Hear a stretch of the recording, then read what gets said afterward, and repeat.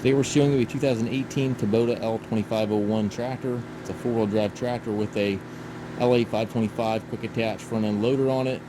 Loader is plumbed for a grapple. Tractor has just under 100 hours on it, so it's practically new. Very, very clean tractor, as you can see. Again, it does have the third function here, plumbing for a grapple. Skid steer hookup, quick attach for your bucket hookup. The loader itself also is quick attach. Engine does not have any of the tier 4 emissions, no filter, no exhaust filter, no DEF, none of that stuff. It is 24 horsepower, so it falls under those regulations.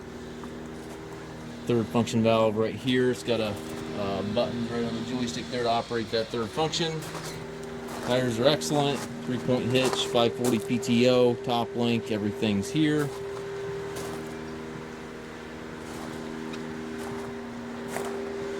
As you can see, the current hours on the tractor are 91.5. And it does have the buttons right here in the joystick to operate that third function. 3-range hydrostatic transmission. You've got your 3 ranges over here to the left, and then your rocker pedal there for forward reverse. We do take trades. We also offer financing for qualified customers.